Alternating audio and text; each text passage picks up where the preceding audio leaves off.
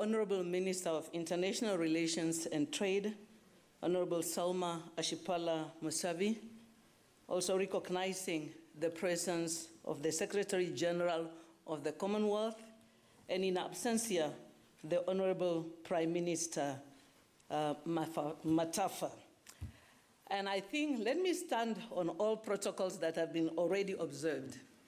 You have heard that Denver keeps talking about time, and I don't know if you notice, whenever he talks about time, he looks directly at me. There is a reason for that. So let me try and see if we can stick to the time that he is so elegantly reminding me about. Let's see if this is working. Is something there working? Thank you. So let's see that one. You have been welcomed to Namibia, so I am not going to go to that. Thank you very much, Honorable Minister, for welcoming us. And yes, before I start, I normally like to talk about our neighborhood. We are Namibia, a country of 3 million people. Some people still say we are 2.4 million. We are not 2.4 million anymore. We are now 3 million people. And yes, we are in a brilliant neighborhood of about a market of 1.4 billion people, where we have got 300 million people in the southern hemisphere. And therefore, we look at why Africa. Africa, we believe that the solutions for the challenges that are facing the world today and tomorrow lies in Africa. Africa is untapped in terms of investments, in terms of trade, in terms of culture, in terms of cuisine, in terms of energy. Africa is untapped. And therefore, the future of the growth of the Commonwealth, of the growth of the world, lies in Africa. Africa's success equals to Commonwealth success, because Africa is a significant member of the Commonwealth. We can see the countries there.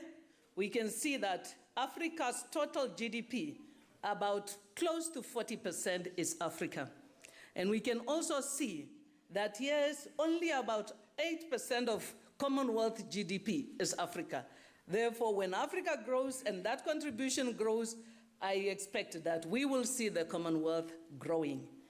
And yes, Africa is one of the fastest growing economies with an average of 3.3%. And of course, if it's up to us with our Agenda 2063, we will see that growth not only double, but probably triple in the next few years as we forge towards our goals that we have set for ourselves. And yes, we are becoming an investment hotspot. You can already see investments continue to grow across Africa, and we can already see the interest, whether it is from China, whether it's from the USA, whether it is from the EU in general. And yes, we are Commonwealth. We have seen, especially in Namibia, increased investment from the UK as well as other Commonwealth countries, like you will see in the data that is presented.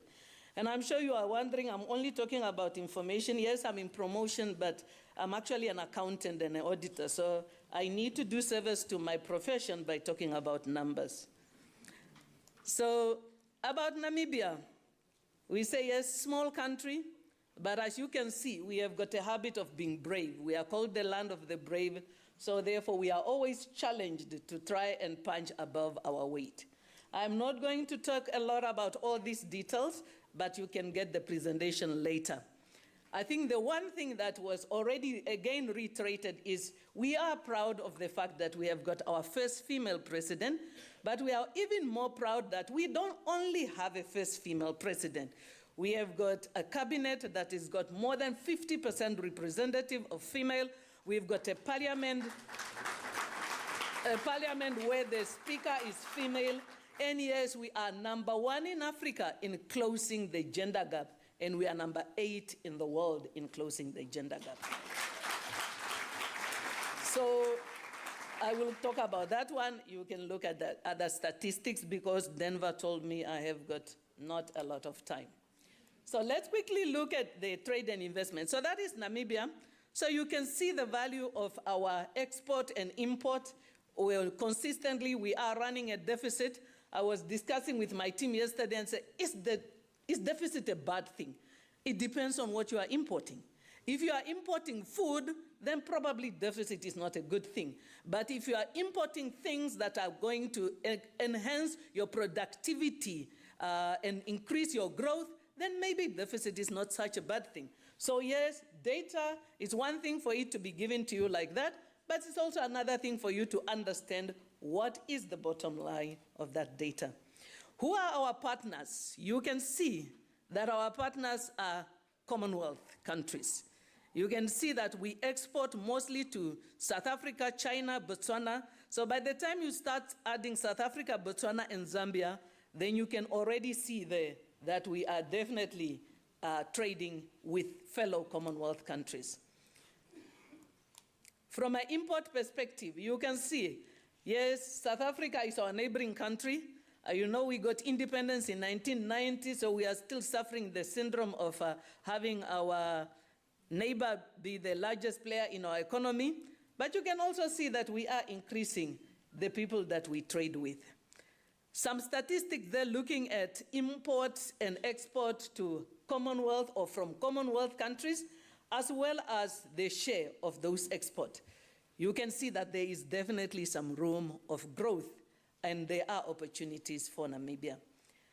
With regard to investment, our FDI stock, you can see there about 39% is from Commonwealth countries, and of that one, mostly investments from South Africa. We can see some Mauritius there, UK, quite some good amounts coming through. But if you are from other Commonwealth countries, please do join the race and invest in Namibia, because we are still trading significantly with the rest of the world. Inflows, you can see again the percentages of inflow from fellow Commonwealth as a composition of the total inflow is decreasing a little bit from about 37% to about 30% last year. So, where do you invest? I wish I will give you all the projects, but we do not have the time for that. But the good news is that we have got our team, whether it's from the Ministry of International Relations and Trade, NIPDB, NCCI, NALOBA, they are all here, and they can give you more information about where to trade.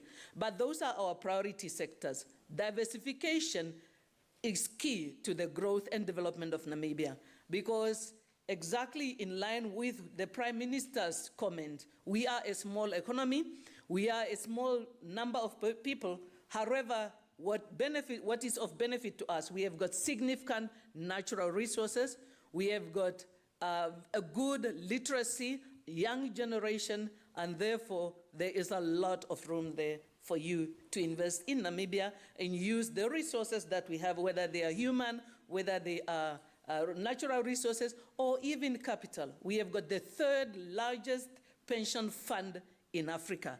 So yes, sometimes you will be able to raise capital in Africa and Southern Africa, which means your investment in Namibia sometimes becomes a little bit better costed than when you raise it in foreign currency.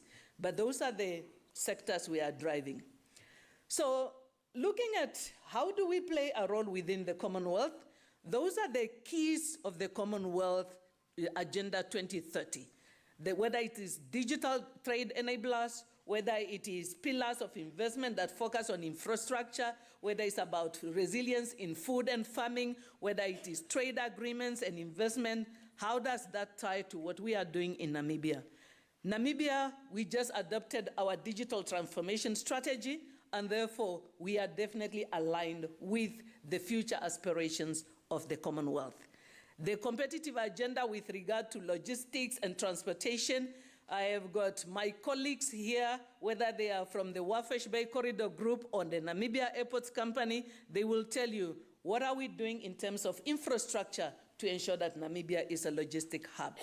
And there's trade agreements. We are looking at how do we leverage that through our diversification strategy and investment. We are growing. In the last year, our investment, FDI incoming as a percentage of our GDP is about 18%, by far the largest in Africa. And yes, it might be a small number when you compare to large economies, but when you compare as a percentage of GDP, Namibia has got the largest. So why Namibia? I'm not going to go to that because the minister has told us about why Namibia. So yes, look at the map there that gives you just a highlight of Namibia logistics with a deep sea port in Wafish Bay, another port in Luders, efficient ports that are currently managed with the support of concessions with a Swiss company, and we are continuously improving our efficiency.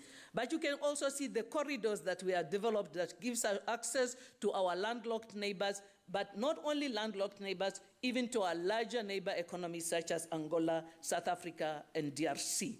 So there are many, many reasons that the minister has talked about with regard to our laws, with regard to our policies, with regard to repatriation of funds, with regard to dispute protection, many, many reasons to choose Namibia as your investment destination. Thank you very much.